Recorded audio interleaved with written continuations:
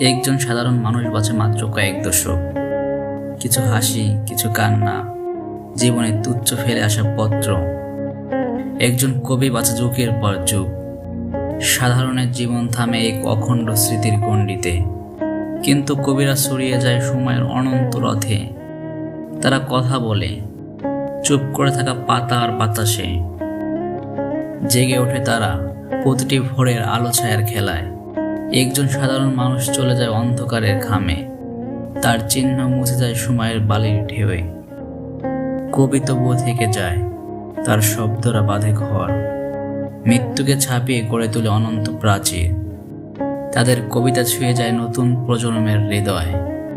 তারা শোনায় প্রেম, বেদনা আর পৃথিবীর মধুর জয়।